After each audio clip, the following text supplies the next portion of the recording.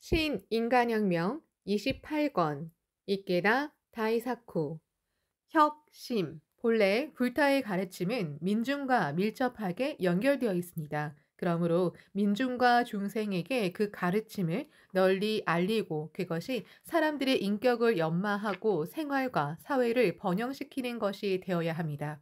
그것을 여러분은 실천하셨습니다. 이 사실은 여러분이 불법을 올바르게 이해한다는 증거입니다. 경의를 표합니다. 자오푸추는 불교가 단순히 학문을 연구하는 대상이 되거나 의식화되어 관습에 지나지 않는 것으로 전락하는 현실을 깊이 우려했다. 그런 만큼 민중의 에너지가 넘치는 창가 학회 운동에서 살아있는 진정한 불법의 존재를 느낀 듯했다. 새로운 시대와 사회를 건설하고 혁신하려면 그것을 이끄는 인간의 정신을 반드시 개혁해야 한다. 인간의 정신이 활성화되어야 비로소 사회도 활성화되고 소생하기 때문이다. 종교는 그 인간의 정신을 떠받치는 기둥이다. 방중단 멤버는 정릉에서 만리장성으로 이동하고 시니치와 미네코는 숙소인 베이징 호텔로 돌아왔다. 시니치는 신문과 잡지 등 의뢰받은 원고가 여러 건 있었기 때문에 잠시라도 원고를 쓰고 싶었다. 인생의 대투쟁도 순간순간 시간을 유용하게 써서 그날 해야 할 일을 하나하나 해내는 일에서 시작된다. 야마모토 선생님, 반갑습니다. 만나 뵐 날을 손꼽아 기다렸습니다. 9월 17일 저녁 랴오청즈 중일우호협회 회장이 이렇게 말하며 방중단 일행의 환영연 장소인 인민대회당 연회장 입구에서 두 팔을 크게 벌려 야마모토 신이치를 맞이했다. 랴오 선생님, 중일 평화 우호 조약 체결을 참으로 축하합니다. 랴오 선생님의 오랜 노고가 결국 빛을 보았습니다. 신이치와 랴오 청지는 평화 우호 조약 체결을 비원으로 삼아 고생을 마다하지 않고 행동했다. 그래서 두 명 모두 조약에 실현되어 매우 기뻤다. 같은 목적을 향해 나아가고 서로의 심정과 노고를 알기에 감동도 나눌 수 있다. 처지는 달라도 이것이 동지 일이라. 랴오청제는 옆에서 온화하게 웃고 있는 노부인을 소개했다.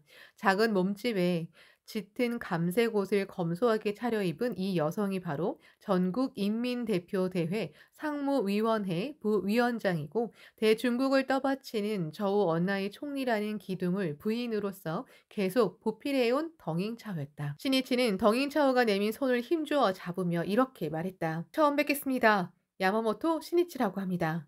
만나 뵙게 되어 영광입니다. 오늘을 고대하고 있었습니다.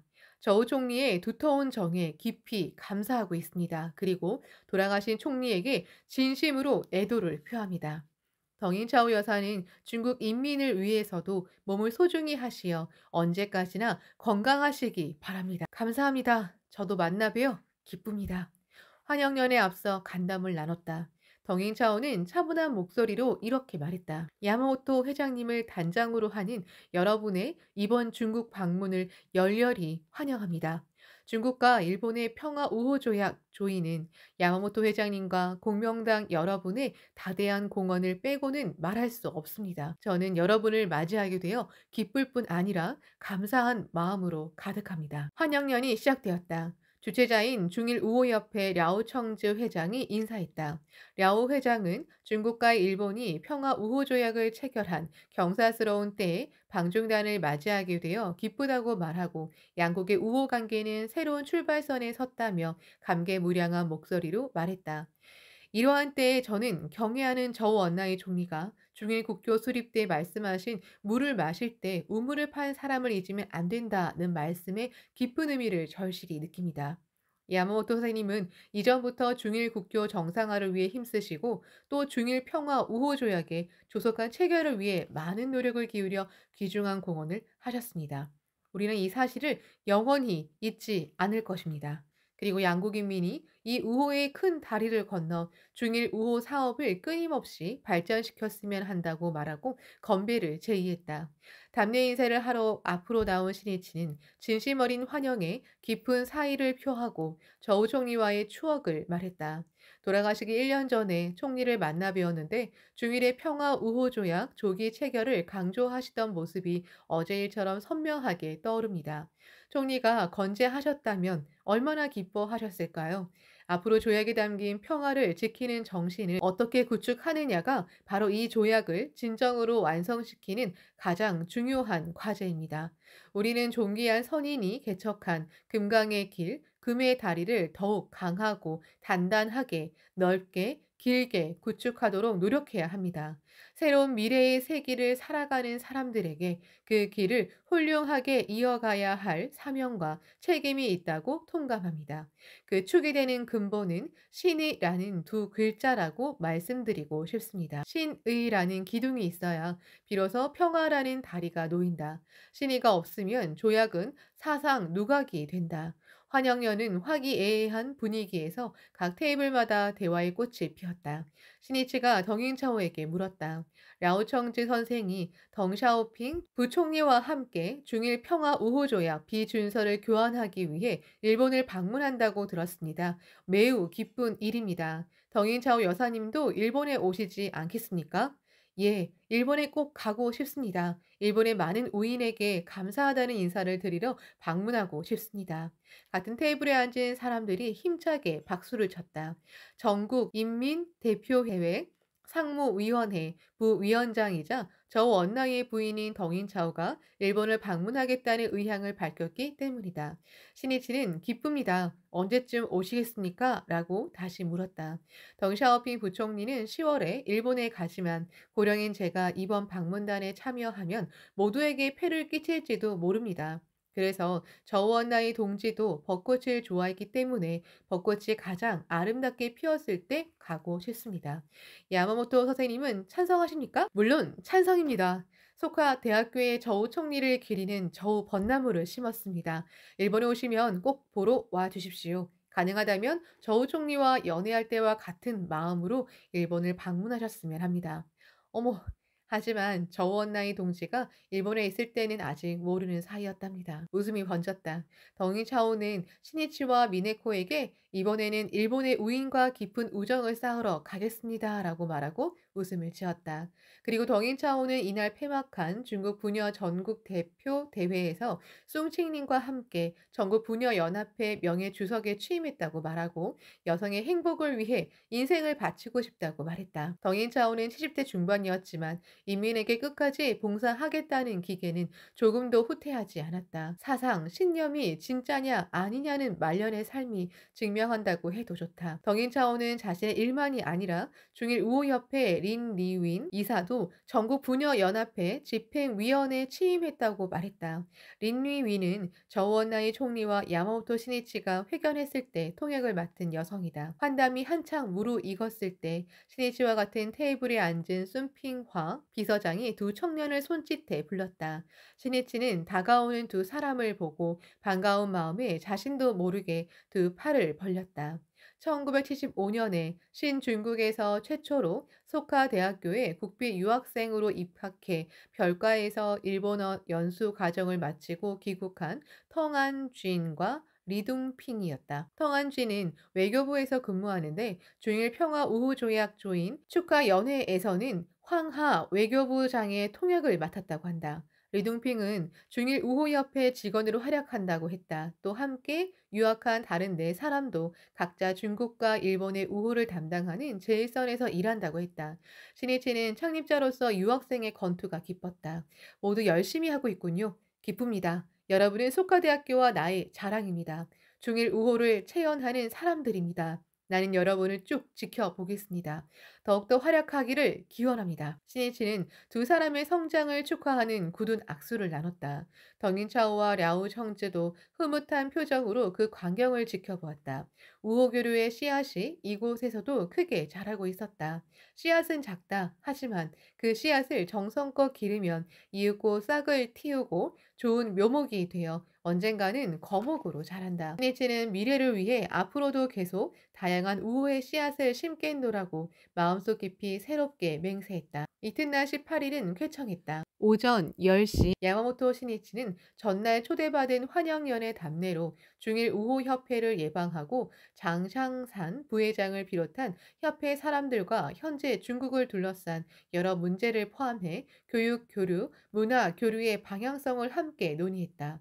오후에는 자오푸추 부회장을 찾아가 중국의 종교 상황을 주제로 간담했다. 18일 오후 4시 시네치는 소카대학교 창립자로서 베이징 대학교를 방문했다. 4년 전 중국 방문 때 중일의 문화 교류를 위해 베이징 대학교에 일본어 서적 5천 권을 증정한 데 이어 이번에는 자연과학 전문 서적 등 1,200권을 기증하게 되었다. 저우페이 위안 총장은 일본을 방문하고 있어 부재 중이었지만 지센닌 부총장과 션커치 부총장을 비롯한 교수와 학생 대표가 성대히 환영해 주었다. 지센닌 부총장은 중국을 대표하는 지식인으로 불교학, 언어학, 인도학의 석학이다. 하지만 문화 대혁명 때는 주자파라는 꼬리표가 붙어 잔혹한 폭행과 고문을 당했다. 사람들이 돌을 던지고 침을 뱉는 등 지센닌 부총장은 필설로 다할 수 없는 박해와 굴욕을 맛보았다. 학자로서 한창 일할 나이인 55살부터 10년 동안 강제 노동에 동원되고 잡다한 일에 혹사당했다. 그런 역경 속에서도 학문에 대한 열정을 잃지 않고 4년이라는 세월을 들여 고대 인도의 대서사시 라마 야나의 번역을 완성한다. 산스크리트어로 된 시구절을 중국어 산문으로 번역해 종이 조각에 단숨에 써내려갔다. 그 종이를 주머니에 숨겼다가 일하는 틈틈이 퇴고 작업을 했다. 인류의 정신유산을 사람들에게 전하고 후세에 남기기 위해 참혹한 상황에서도 몸과 마음을 다해 전념한다. 그것이 바로 학문의 마음이다. 훗날 신이치는 지세님과 그가 가르친 제자이자 법화경 연구의 권위자 장중신과 함께 문명 대담집 동양의 지혜를 말한다를 발간한다. 신이치는 베이징 대학교를 방문할 때마다 일본어를 배우는 학생들과 꾸준히 교류했는데 도서 증정식 자리에서 반가운 재회가 있었다. 증정식이 끝나자 한 여성이 다가와 말을 건넸다. 선생님, 저는 지금 일본어 교사를 하고 있습니다. 선생님이 4년 전에 저희 대학에 오셨을 때 퀴즈를 내듯 질문하면서 일본어를 가르쳐 주셨습니다. 그 일을 잊지 못합니다. 그래요. 교사가 되었군요. 굉장합니다. 참으로 기쁩니다. 중일 양국의 우호 왕래를 위한 가교가 되어 주십시오. 청년에게는 한없는 희망의 미래가 있다. 도서 증정식에 이어 신이치 일행은 베이징 대학교에 있는 임호헌에 초대받아 교류의 한때를 보냈다. 일본어과 학생들이 오키나와 민요 아사도 야윤타와 고향을 일본어로 불렀다. 교직원들이 환영 연주도 했다. 그날 밤 숙소인 베이징 호텔에 네 청년이 찾아왔다. 1월에 일본에서 교류를 맺은 중국 청년 대표단 단장 일행이었다. 신해치는 단장을 끌어안고 활짝 웃으며 맞이했다. 감사합니다. 다시 만나 정말 반갑습니다. 미래를 생각할 때 청년과의 교류가 가장 중요합니다. 청년은 최고의 보배입니다. 이윽고 새로운 시대가 옵니다. 20년 뒤 훌륭하게 성장한 여러분의 모습이 눈에 선합니다. 문호 바지는 청년들을 격려하며 이렇게 말했다. 청년이여, 만일 아름다운 세계를 실현하고 싶다면 먼저 그대 자신을 창조해야 한다. 단장을 맡은 청년이 죄송하다는 표정으로 입을 열었다. 저희가 한 달 전에 창가학회 본부와 세이쿄 신문사를 방문했을 때는 추억에 남을 만한 진심 어린 대환영을 받았습니다. 그런데 이번에 학회 대표단이 오셨는데 환영이 너무나 변변치 못합니다. 죄송합니다. 바로 신혜치의 목소리가 울렸다. 무슨 말씀입니까? 환영은 사람의 수나 형식이 아닙니다. 진심입니다. 우정의 불꽃이 얼마나 크냐입니다. 여러분이 여기에 이렇게 찾아온 마음과 배려가 최고의 진심이고 가장 큰 환영입니다. 오늘은 우정이라는 아름다운 한 폭의 그림을 받은 심정입니다. 저는 여러분을 영원히 잊지 않겠습니다. 청년은 기분 탓인지 눈물을 글썽이면서 말했다. 감사합니다. 앞으로도 수많은 중국의 청년이 창가학회를 방문하리라고 생각합니다.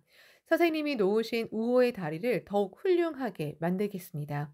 부탁합니다. 학회 청년들은 진심으로 성심성의를 다해 여러분을 환영하겠습니다. 젊은 혼과 혼의 결합이 21세기를 여는 힘이다. 귀국하기 하루 전인 9월 19일, 야마모토 시니치는 오전 9시 반부터 인민대회당에서 부총리이기도 한 리셴넨 부주석과 회견했다.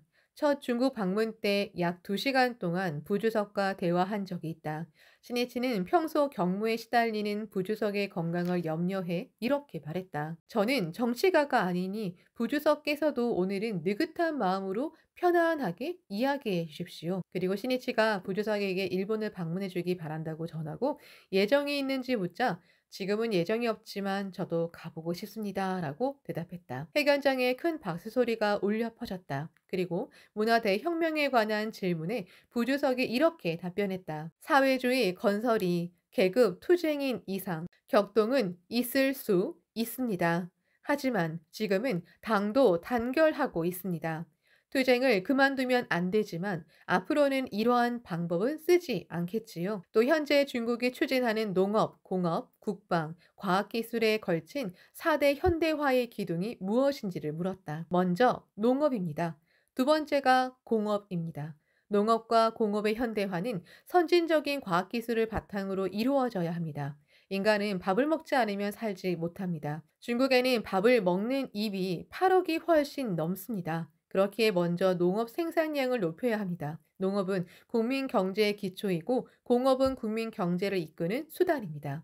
공업이 없으면 농업도 충분히 발전하지 못합니다. 공업 발전을 위해 선진적인 과학기술이 필요합니다.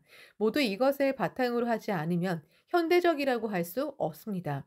그리고 일본에서 과학기술 등을 배우고 싶다고 하면서 이렇게 말했다. 유학생이나 연수생을 귀국에 파견하는 것은 물론이거니와 일본에서도 이곳으로 강의하러 와 주시기 바랍니다. 교육은 국가 건설의 초석이다. 교육 교류는 미래를 함께 만드는 공동 작업이다. 시니치는 리셴넨 부주석의 이야기에 자신도 모르게 몸을 앞으로 내밀었다. 중요한 의견입니다. 그럼 유학생 수는 어느 정도로 생각하십니까? 유학생은 수백에 머무는 것이 아닌 수천, 아니 1만 명 정도가 될지도 모릅니다. 그것은 일본에 보내는 학생 말입니까? 그렇습니다. 일본이 받아준다면 보내고 싶습니다. 네, 찬성입니다. 최선을 다하겠습니다. 지식인과 학생은 문화 대혁명 때 지방으로 쫓겨났기 때문에 충분한 고등교육을 받지 못했다. 10여 년 동안 몰아친 문혁의 폭풍우는 겨우 잠잠해졌지만 4대 현대화를 추진하는데 심각한 인재 부족에 직면해 있었다.